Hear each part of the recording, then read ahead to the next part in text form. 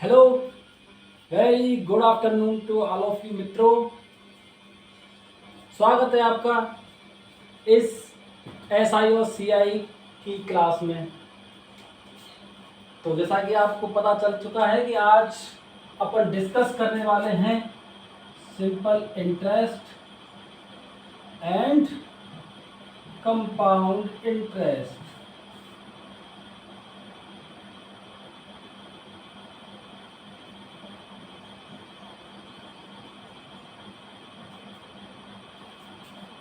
सरल ब्याज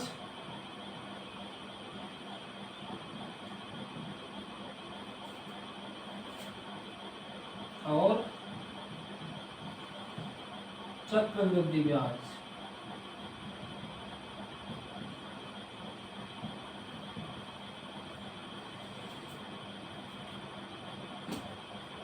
तो मित्रों, आगे बढ़ने से पहले अपन डिस्कस करना चाहेंगे कि सरल ब्याज और चक्रवृद्धि ब्याज होते क्या हैं।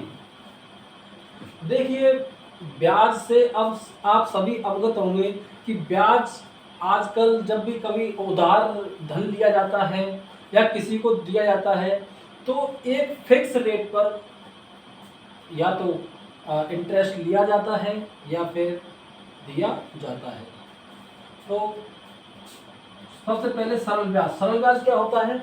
देखिए, सरल ब्याज एक फिक्स रेट पे जो लगता है ब्याज, वो सरल ब्याज होता है और ये हर साल में, हर वर्ष में बराबर वैल्यू कंटेन किए हुए होता है, यानी हर साल में बराबर होता है ये सरल ब्याज। चक्रवृद्धि ब्याज जो होता है वो जो ब्याज लगा हुआ होता है फर्स्ट ईयर में, तो वो ब्याज पे ब्याज लग के सेकेंड ईयर में ऐड होता है। तो वो चक्रवृद्धि ब्याज का थोड़ा सा डिफरेंस होता है सरल ब्याज से। तो चलो अपन इसको डिस्कस करेंगे। जब अपन क्वेश्चन करेंगे तो इस क्वेश्चन के माध्यम से इसको हम बहुत ही अच्छी तरीके से आपको समझा पाएंगे। वहाँ पे आप डिफरेंशिएट कर पाएंगे compound interest and simple interest को। तो चलो सबसे पहले तो अपन उन बेसिक फॉर्मूलों को डिस्कस करते हैं जो अपन ने गत कक्षाओं में पढ़ते हुए आ रहे हैं, आपने जिनके माध्यम से ये सरल ब्याज और चक्रवृद्धि ब्याज के क्वेश्चन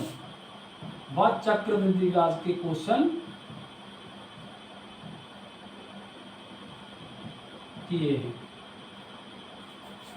तो ब्याज तो अपना इंटरेस्ट, कंपाउंड इंटरेस्ट, चक्रवृद्धि ब्याज, इंटरेस्ट यानी सरल ब्याज, सिंपल ब्याज। तो यहाँ पर अपन सबसे पहले SI यानी सिंपल ब्याज का फॉर्मूला दिखेंगे। यहाँ पर P होता है प्रिंसिपल, जिसे कहते हैं मूलधन। क्या कहते हैं? मूलधन। और आपका रेट होती है दर, और ईयर यानी टाइम कहते हैं, टाइम होता है समय। तो इससे जो फॉर्मूले पढ़े हैं अपन ने, तो उनमें देखिए चक्रवृद्धि यानी सिंपल ब्याज के लिए जो फॉर्मूला होता है वो है P into R into T, यानी जिसे अपन PRT बाई 100 भी कह देते हैं, यानी कि मूलधन इंटू दर इंटू समय बटे 100। ये होता है सरल ब्याज यानी सिंपल ब्याज का फॉर्मूला। और वहीं CI यानी कंपाउंड इंटरेस्ट यानी ब्याज निकालते हैं, तो इसका फॉर्मूला होता है हमेशा मूलधन यानी P, कोष्टक में ब्रैकेट में होता है 1 प्लस R बाई 100 और होल को T is the power of 1 plus R by 100 की ये पावर होती है। तो ये फॉर्मूले पे अपन इनके माध्यम से अब तक क्वेश्चन करते आए थे, लेकिन अब हम जो पढ़ने वाले हैं कंपटीशन के लिए पढ़ने वाले हैं। तो कंपटीशन पॉइंट ऑफ व्यू से एक बहुत ही अच्छा तरीका है जिसके माध्यम से अपन simple interest and compound interest calculation बहुत ही इजीली हो जाता है। चलो अपन उस तरीके को डिस्कस करते हैं।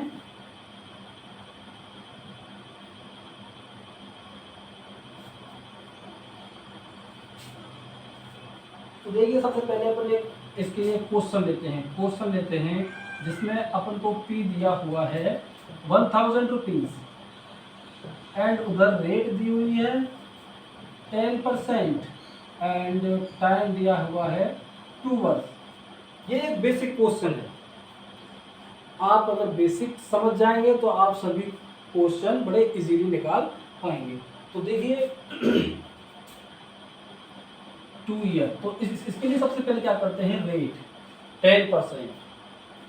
जब भी अपन परसेंट की बात करेंगे कहीं पे, तो परसेंट को अपन, ये जो अरिथमेटिक मैथ है इसमें हमेशा इसको फ्रैक्शन यानी कि भिन्न में चेंज कर लेंगे, तब अपन क्वेश्चन की अप्रोच करेंगे, क्वेश्चन को अप्रोच करेंगे।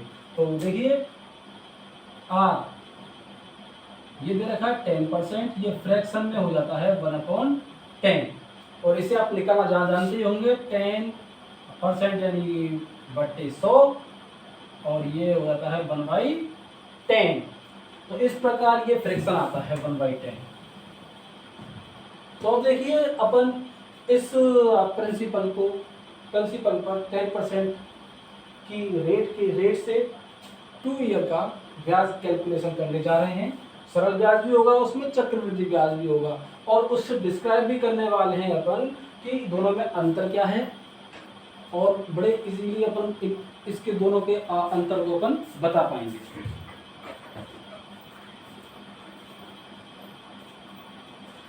तो देखिए सबसे पहले क्या करते हैं, प्रिंसिपल को अपन यहाँ पे रख लेते हैं। तो रेट यहाँ पे 1/10, क्या 1/10, ये एक तरीके से मल्टीप्लिकेशन फैक्टर कहेंगे इसको, किसका, ये रेट है, यहाँ सॉरी ये प्रिंसिपल है, प्रिंसिपल का मल्टीप्लिकेशन फैक्टर कहेंगे। यहाँ पे 2 ईयर के लिए, 2 साल के लिए यहाँ पे कैलकुलेशन करने के लिए कहा गया है। तो 2 इस तरीके से 2 ट्री अपन यहाँ पर इसे ड्रॉ करेंगे। तो फर्स्ट के लिए 1/10 मल्टीप्लिकेशन फैक्टर, इसके लिए 1/10 मल्टीप्लिकेशन फैक्टर। ये जब भी अपन ब्याज कैलकुलेशन करेंगे तो 1/10 मल्टीप्लिकेशन फैक्टर से जिस पर ब्याज निकालना है उससे मल्टीप्लाई करेंगे, राइट। तो यहाँ पे इससे मल्टीप्लाई करने पर आ जाएगा 100 आएगा, मल्टीप्लाई करके देखिए 1000 इंटू 1/10, 1000 इंटू 1/10 करेंगे, 0 से 0 कैंसिल, बचा 100। तो यहाँ पर भी 100 आने वाला है और यहाँ पर भी 100 आने वाला है, राइट। और आगे देखेंगे तो ये तो सरल ब्याज निकला है, क्या निकला है, सिंपल इंटरेस्ट। सिंपल इंटरेस्ट मैंने क्या कहा था, क्लास स्टार्ट होते ही मैंने बोला था कि सिंपल इंटरेस्ट दोनों ईयर में बराबर होता है। देखिए इसमें भी 100 रुपये, इसमें भी 100 रुपये। और मैं ये भी कह चुका हूँ कि कंपाउंड इंटरेस्ट जो होता है, कंपाउंड इंटरेस्ट ब्याज पर ब्याज लगता है, यानी अगर हम दूसरी ईयर में 2 ईयर का कंपाउंड इंटरेस्ट निकाल रहे हैं तो पहले ईयर का कंपाउंड इंटरेस्ट और सिंपल इंटरेस्ट तो सेम रहने वाला है, राइट। मैंने क्या कहा कि कंपाउंड इंटरेस्ट पहले ईयर का और सिंपल इंटरेस्ट दोनों ही बराबर रहने वाले हैं, यानी कि 100 ही रहेंगे यहाँ पे। लेकिन जो सेकेंड ईयर आएगा तो सेकेंड ईयर में इस पर ब्याज लग जाएगा 1/10 मल्टीप्लिकेशन फैक्टर के अकॉर्डिंग। 1/10 हमेशा चलेगा क्योंकि यही रेट है, इसी रेट से इस पर ब्याज लगने वाला है, प्रिंसिपल पे लगा, अब ब्याज पे ब्याज लगेगा, राइट। तो देखिए यहाँ पे आ जाएगा आपका 10, मल्टीप्लाई करेंगे 100 इंटू 1/10, क्या कह रहा हूँ, मल्टीप्लिकेशन फैक्टर है, इसको मल्टीप्लाई करेंगे, 0 से 0 कैंसिल, और ये आ गया 10। तो कितना आ गया, 10, ओके। तो इस प्रकार हमारे जो यहाँ पर वैल्यूज बनी, तो वैल्यूज ये बनी हमारी, ये तो हुआ 2 साल का सिंपल इंटरेस्ट, यानी 100 प्लस 100 200 हो गया सिंपल इंटरेस्ट, राइट। लेकिन सिंपल इंटरेस्ट के फर्स्ट ईयर का जो इंटरेस्ट था उस पर ब्याज लग के आया 10 रुपीज़ और आ गया, तो 10 रुपीज़ और आ गया, तो ये हो गया कंपाउंड इंटरेस्ट। टोटल क्या हो गया, कंपाउंड इंटरेस्ट 100 100 एंड 10 ऐड करेंगे 210। 210 क्या आ गया? टोटल कंपाउंड इंटरेस्ट आ गया ये। अगर यही क्वेश्चन पूछ लेता है कि दोनों इंटरेस्ट का अंतर क्या हो गया, तो दोनों इंटरेस्ट का अंतर क्या हो गया? ये 10 ही तो डिफरेंस आएगा, राइट? 10 ही डिफरेंस आने वाला है, क्योंकि मैंने बोल चुका हूँ कि जो चक्रवृद्धि ब्याज और सरल ब्याज में जो डिफरेंस है वो ये फैक्टर आने वाला है, राइट? और तो यहाँ पे एस आई क्या हो गया? एस आई हो गया 100 प्लस 100, 100 प्लस 100 200, राइट? और सी आई हो गया 100 प्लस 100 प्लस 10, यानी कि मैं डायरेक्ट इसको 100 प्लस 100 200 कह लूँ, यानी उसकी ब्याज, सिंपल इंटरेस्ट की ब्याज में जो ब्याज पे ब्याज लगा है वो और ऐड हुआ है, राइट? तो ये हो गया 10 और ऐड हो गए 210 rupees, okay?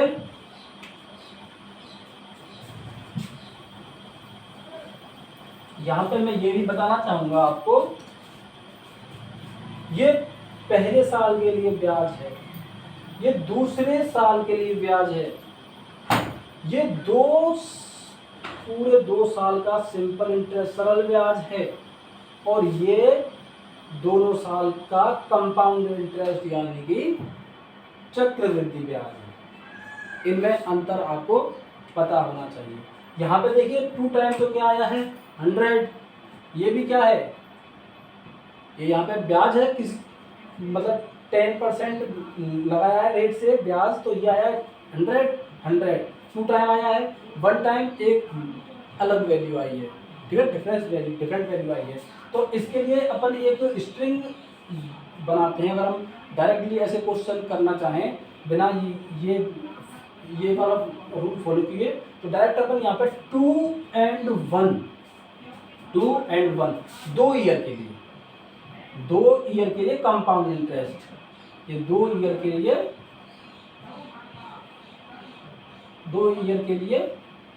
4 year compound interest के लिए अपन कैलकुलेशन की जो स्ट्रिंग बनाते हैं 2 and 1।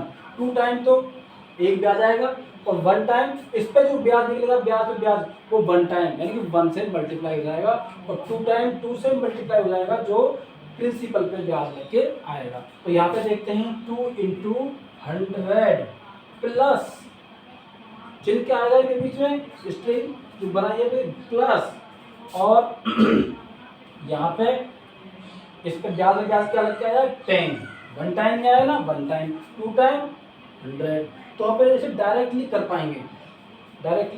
पाएंगे इस स्ट्रिंग के माध्यम से। तो यहाँ पे 200 और plus 10 equals to 210, right?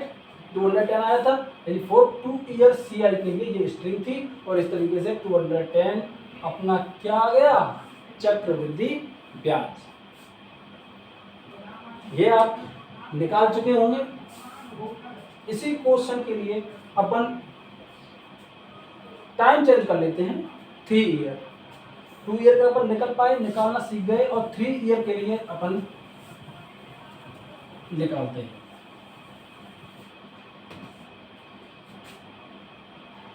Three year, तो देखिए 3 ईयर के लिए जब निकालने जाएंगे अपन, तो क्या करेंगे? 3 ईयर के लिए वही सेम प्रोसेस, रेट को अपन फ्रैक्शन में चेंज करेंगे, 1/10 ही आने वाला है। कुछ फिक्स रेट है, फिक्स परसेंटेज है, उनको अपन फ्रैक्शन में डायरेक्टली मेमोराइज करना पड़ता है, तो याद रहते हैं, अपन तुरंत क्वेश्चन पुट कर पाते हैं एग्जाम में। आजकल स्पीड का बहुत ही महत्व हो गया है, एग्जाम में बहुत स्पीडली कैलकुलेशन करनी पड़ती है, तो वो जो फिक्स परसेंटेज है उनका फ्रैक्शन याद रखना पड़ता है हमें, ओके? चलो अब कर लेते हैं ये क्वेश्चन। इसमें से 1000 प्रिंसिपल दे रखा है, 3 ईयर है, 1 2 3 ईयर, 1 2 3 ट्री निकाल लिए, इससे 3 ब्रांचेस निकाल लिए, ठीक है? 3 ब्रांचेस। तो 1/10 मल्टीप्लिकेशन फैक्टर, 1/10 वो सेम टू सेम जो उधर किया था, इधर भी सेम टू सेम करने वाले हैं। 100 आ गया 100 आ गया, 100 आ गया, राइट। इसका ब्याज इस जो फर्स्ट ईयर में जो ब्याज है वो सिंपल इंटरेस्ट में भी सेम रहने वाली है और चक्रवृद्धि ब्याज में भी सेम रहने वाली है। जब फर्स्ट ईयर में हमारे पास जो ब्याज इकट्ठा हो जाएगा, ब्याज इकट्ठा हो गया, फर्स्ट ईयर में इकट्ठा होगा, फिर उस ब्याज पे सेकेंड ईयर में ब्याज लगेगा, फिर थर्ड ईयर में भी ब्याज लगेगा, लगेगा ना। तो इसीलिए ये तो हमेशा सेम रहता है चक्रवृद्धि ब्याज, और सरल ब्याज के लिए ये फर्स्ट ईयर का ब्याज हमेशा सेम रहता है। चेंज होता है तो सेकेंड ईयर का ब्याज, थर्ड ईयर का ब्याज, और वो ब्याज पर फिक्स रेट से अपने को ब्याज मिलता है जो कि ऐड हो जाता है जो दूसरे ईयर है उनमें। ओके, तो यहाँ पे देखिए हम ले जाते हैं 1/10 के अकॉर्डिंग। सेकेंड ईयर है, ये फर्स्ट ईयर है, ये सेकेंड ईयर है। सेकेंड ईयर में भी ब्याज लगेगा, कितना लगेगा? सेकेंड ईयर में ब्याज लगेगा कितना? 1/10 के अकॉर्डिंग 10 लगेगा, साहब लगेगा। उसी प्रकार यहाँ से थर्ड ईयर में भी लगाना है तो थर्ड ईयर में भी लगेगा, साहब थर्ड ईयर में लगाने लगे हम। थर्ड ईयर में कितना हो गया? ये भी 10 हो गया 1/10 के अकॉर्डिंग। हमेशा 1/10 के अकॉर्डिंग लगने वाला है कि मल्टीप्लिकेशन फैक्टराइज, क्योंकि रेट है फिक्स, अपन ने पहले निकाल लिया है कि इसी के अकॉर्डिंग कैलकुलेशन करनी है आगे। ओके, तो ये फर्स्ट ईयर के लिए ब्याज सेकंड ईयर में भी हो गया, ये हो गया सेकंड ईयर में, और ये हो गया थर्ड ईयर में, राइट। इनको मैं मिटा देता हूं। इस ब्याज के लिए, इस ब्याज पर ब्याज लग चुका है सेकेंड ईयर में, थर्ड ईयर में भी। अभी रह गया है इस ब्याज, ये जो ब्याज है सेकेंड ईयर का, इसका ब्याज अभी नहीं लगा है। सेकेंड ईयर में जो इकट्ठा हुआ था ये ब्याज, इस पर थर्ड ईयर में लगेगा ना, तो थर्ड ईयर में लगेगा 1/10 के अकॉर्डिंग, वो भी 10 आने वाला है, वो भी 10 आने वाला है। अब यहाँ पे देखिए एक और वैल्यू रह जाती है 10, क्या रह जाती है? 10। ये जो 10 है, क्योंकि ये भी इकट्ठा हुआ है सेकेंड ईयर में, यहाँ तो केवल 100 था, 100 लग चुका है, लेकिन यहाँ पे 10 भी इकट्ठा हुआ है, इस पे भी तो ब्याज लगेगा अभी। तो इस पे ब्याज क्या लगेगा? 1/10 के 1/10 मल्टीप्लिकेशन फैक्टर के अकॉर्डिंग ही लगेगा, तो 1/10 के अकॉर्डिंग लगाएंगे इस पे। तो इसका 1/10 10 पे लगाने वाले हैं, 10 × 1/10 10 1, क्या हो जाएगा? 1। तो इस पे लगेगा 1, क्या लगेगा? 1। ये सब कुछ मिटा देते हैं अपन। ओके, सब ब्याजों पे ब्याज लग चुका है, थर्ड ईयर भी कंप्लीट हो चुका है। अब हम यहाँ से डिस्क्राइब करते हैं, ये फर्स्ट ईयर का ब्याज है, ये सेकेंडवे ईयर का ब्याज है, दूसरे साल का ब्याज है, दूसरे वर्ष का ब्याज है, और ये तीसरे वर्ष का ब्याज है। ओके,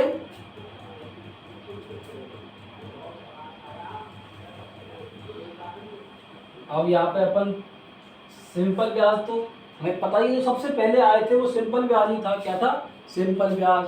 जब तक अपन ब्याज पे ब्याज नहीं लगाया, उससे पहले जो ब्याज आया वो क्या था? सिंपल ब्याज।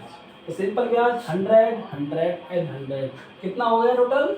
ये हो गया 300, एंड सिंपल इंटरेस्ट यहाँ से निकला 300 रुपीज। ओके, अब कैलकुलेशन करेंगे कंपाउंड इंटरेस्ट की, तो 100 100 100 तो 300 तो है ही, वो सेम टू सेम वो ब्याज चक्रवृद्धि ब्याज में भी जुड़ा हुआ है, वो सिंपल इंटरेस्ट जुड़ा हुआ है ना। अब बाकी उसके अलावा कौन सा इंटरेस्ट आया? ब्याज में ब्याज लग के आए, 10 भी आया, ये 10 भी आया, ये 10 भी आया, 10 10 10 3 टाइम कितना हो गया? 30 एंड 1 31, तो 31 एक्स्ट्रा, यानी CI कितना हो जाएगा? 300 प्लस 31, यानी कि 331 रुपीज CI। ओके, समझ चुके होंगे यहाँ पे, यहाँ तक 331 रुपीज हो चुका है।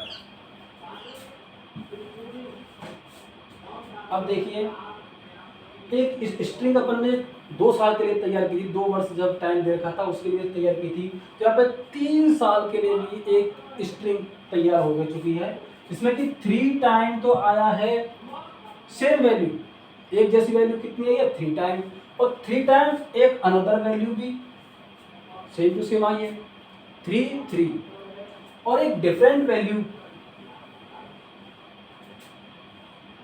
3 वैल्यू आई है यहाँ पर, 2 वैल्यू 3 टाइम आई है और 1 वैल्यू 1 टाइम आई है। तो एक स्ट्रिंग तैयार होती है जिसको अपन, जैसे मैं यहाँ पे लिखूँ for 3 year, for 3 year, for 3 years compound interest के लिए एक स्ट्रिंग तैयार होती है। उस स्ट्रिंग को अपन 3, इनमें से 3 वैल्यू आई है, इसमें केवल 3 वैल्यू आई है, 100 आया है, 10 आया है, 1 आया है। 100 3 टाइम आया है तो 3, 10 कितनी टाइम आया है 3, और 1 कितने टाइम आया है 1। तो ये एक स्ट्रिंग बन गई, ये स्ट्रिंग तैयार हो गई। तो 3 3 1, इसका मल्टीप्लाई करेंगे कि क्या आया है 100 आया है 3 टाइम, ओके क्या आया है 100 3 टाइम आया है, 3 टाइम 10 भी आया है, और 1 क्या आया है 1 टाइम आया है। करो या मत करो, इनको आपस में ऐड भी करना है। तो क्या करना है हमें, ऐड करने से ही कंप्लीट इंटरेस्ट, टोटल इंटरेस्ट बनने वाला है, तो ऐड भी करना पड़ेगा इनको। और ऐड करने पर इसका हो जाएगा 300 प्लस 30 और प्लस 1। इस तरीके से अपना जो कंपाउंड इंटरेस्ट आया for 3 year, this is 331 rupees. Same to same. तो ये आपको डायरेक्टली क्वेश्चन में पुट करने के लिए, और इस तरह क्वेश्चन अगर डायरेक्टली पुट कर सकते हैं इसको, स्ट्रिंग को 331। तो इसकी स्ट्रिंग क्या हो गई 331 याद करना पड़ेगा। 2 ईयर के लिए सेम 2 ईयर के लिए क्या याद करना पड़ेगा, 2 ईयर के लिए 2 and 1 याद करना पड़ेगा। 3 ईयर के लिए 331 याद करना पड़ेगा। इसे मैं रफ कर देता हूँ। कुछ 4 ईयर इसी प्रकार देखिए 4 ईयर के लिए, 5 ईयर के लिए करना, इसको बहुत जटिल हो जाएगा। इस ट्री टाइप से करेंगे, ट्री की ब्रांचेस करेंगे बहुत सारी, तो बहुत जटिल कैलकुलेशन, बहुत जटिल हो जाएगा एक तरीके से। तो इसके लिए हम डायरेक्टली एक स्ट्रिंग बना लेते हैं, राइट। तो 4 ईयर के लिए, 5 ईयर के लिए इस तरीके का क्वेश्चन पूछा जाता है इस तरीके का, तो डायरेक्टली अपन स्ट्रिंग में पुट करके और ब्याज पे ब्याज लगा के अपन कैलकुलेशन करेंगे।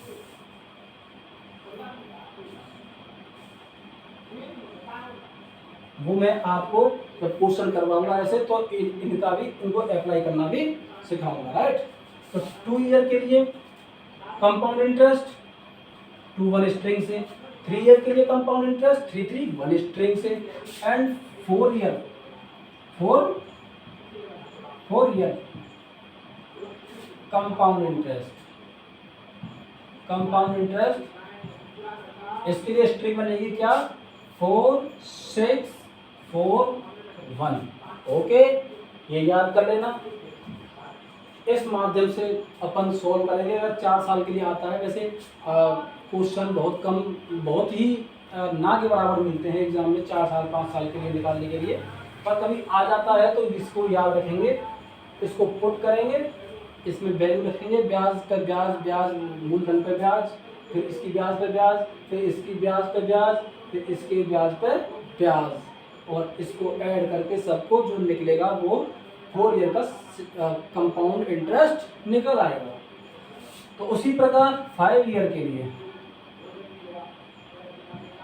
5 ईयर के लिए, राइट, 5 ईयर के लिए कंपाउंड इंटरेस्ट क्या होगा, 5 ईयर के कंपाउंड इंटरेस्ट एक स्ट्रिंग बनेगी जिसका होगा 5 10 10 5 and 1, ओके 1। तो ये आपको याद कर लेना है direct exam point of view से। जब 4 साल 5 साल का आ जाए तो उस माध्यम से बहुत जटिल समस्या होगी आपके लिए कैलकुलेट करना, लेकिन यहाँ से ये स्ट्रिंग के माध्यम से बहुत इजीली कैलकुलेट कर पाओगे।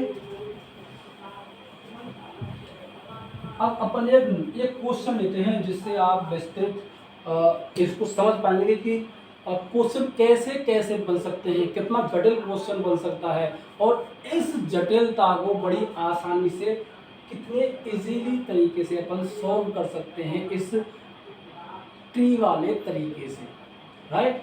देखिए जटिल क्वेश्चन लेते हैं अपन। क्वेश्चन इस प्रकार है, इसको मिटा देते हैं।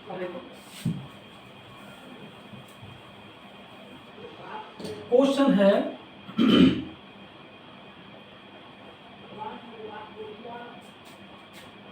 ये क्वेश्चन है, उसमें कहा है कि दूसरे ईयर का सेकेंड ईयर जो है अपना, सेकेंड ईयर का CI क्या है, CI वो 1/2 प्लस 1/7 किसका, थर्ड ईयर का CI इक्वल्स टू दिया हुआ है 84। क्या दिया हुआ है, 84। तो आपको कैलकुलेट करना है, फाइंड करना है, क्या फाइंड करना है, CI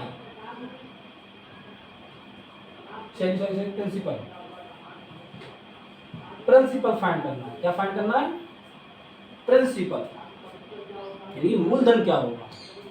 ये क्वेश्चन दिया हुआ है, बहुत जटिल समस्या में फंस गए हुए कि ये क्या कर दिया। यहाँ से देखिए कितने इजीली तरीके से इस माध्यम से, जो हमारा माध्यम था क्वेश्चन करने का तरीका था, कितने इजीली तरीके से अपन निकाल पाते हैं।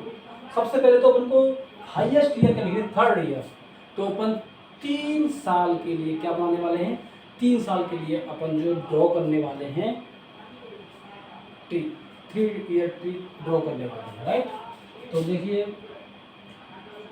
और इसका रेट भी दी होगी, इसमें रेट क्या होगी, रेट दी होगी 16/2/3%। रेट दी हुई होगी, इसमें रेट भी दी हुई होगी। ये क्वेश्चन भी दिया होगा और साथ में ये निकलवाने के लिए बोला होगा क्वेश्चन में। तो देखिए सबसे पहले वही क्या करना है, अगर आपको याद होगा डायरेक्टली आप पता पड़ जाएगा आपको कि ये 1/6 के बराबर होता है फ्रैक्शन। 1/6 फ्रैक्शन होता है इसका 16/2/3% का, ठीक है। निकालते कैसे हैं, 16×3=50/3 100, यानी कि 100 में 100 से डिवाइड करेंगे सारे को, ये नीचे आ जाएगा 100, इसके साथ मल्टीप्लिकेशन में आ जाएगा और 50 से 2 टाइम डिवाइड हो जाएगा और 3 2 6 आ जाएगा, 1/6। ओके, इस तरीके से आया ये 1/6 फ्रैक्शन। 1/6 3 ईयर के लिए बोला है, क्या बोला है, हाईएस्ट ईयर कितना है, 3 ईयर। तो इसको अपन क्या करेंगे,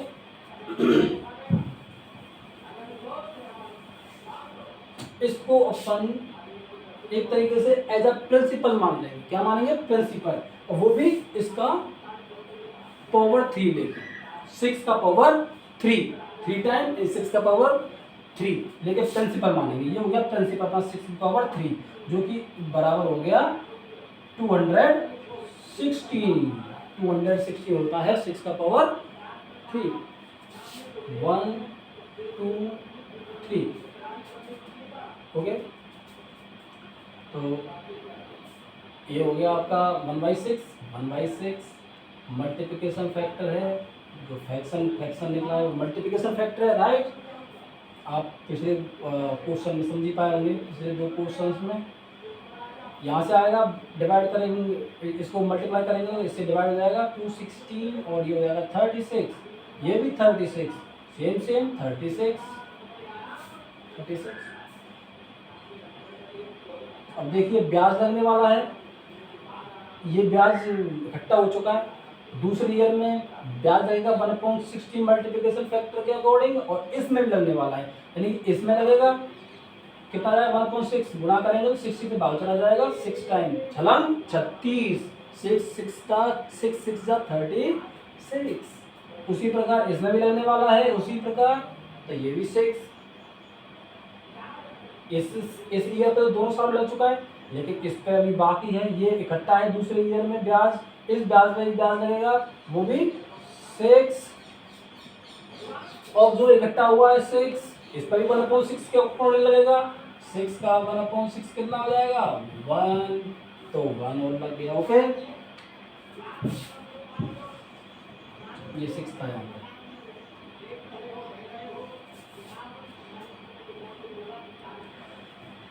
तो देखिए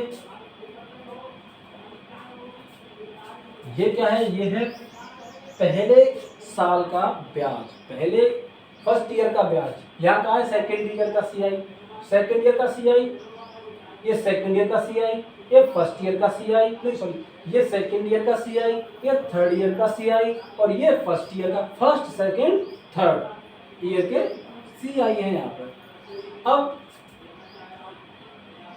यहाँ से दिखने को मिल रहा है कि ये फर्स्ट ईयर का सरल ब्याज भी है, एसआई भी है और सीआई भी है, सेम टू सेम, यानी कि फर्स्ट ईयर के सरल ब्याज और चक्रवृद्धि ब्याज समान होते हैं।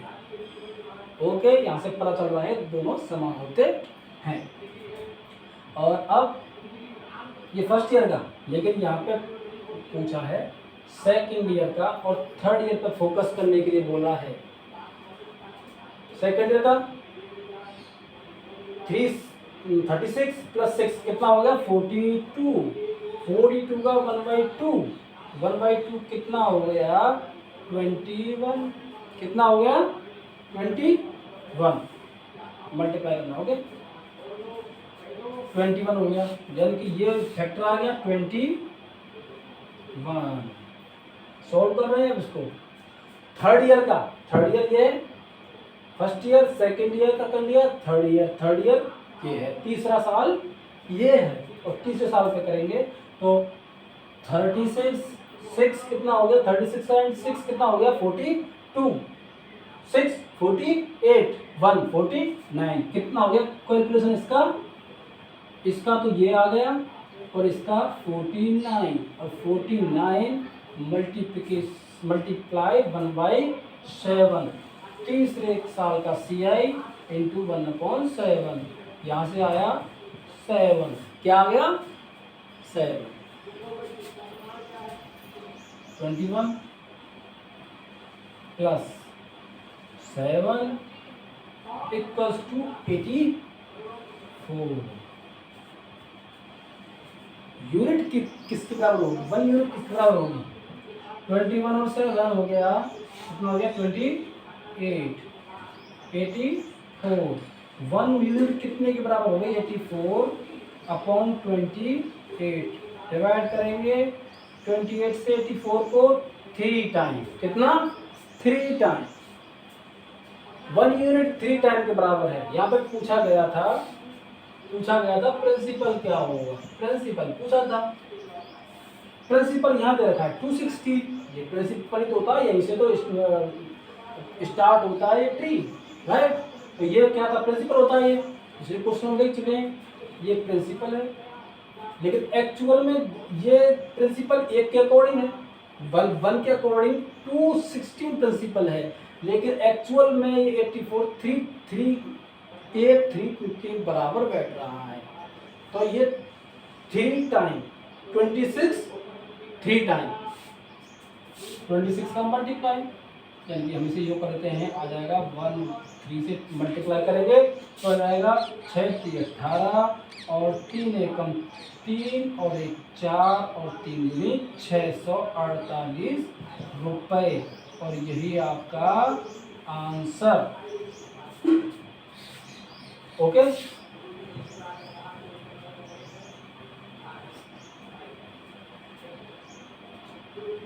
तो thank you so much, very very thank you. तो आप समझ पाए होंगे ये सारा सरल ब्याज, चक्रवृद्धि ब्याज एक्चुअल में होता क्या है, यहाँ पे आप अच्छी तरीके से समझ पाए होंगे। तो आज के लिए वेरी वेरी थैंकफुल, यही पर समाप्त करते हैं।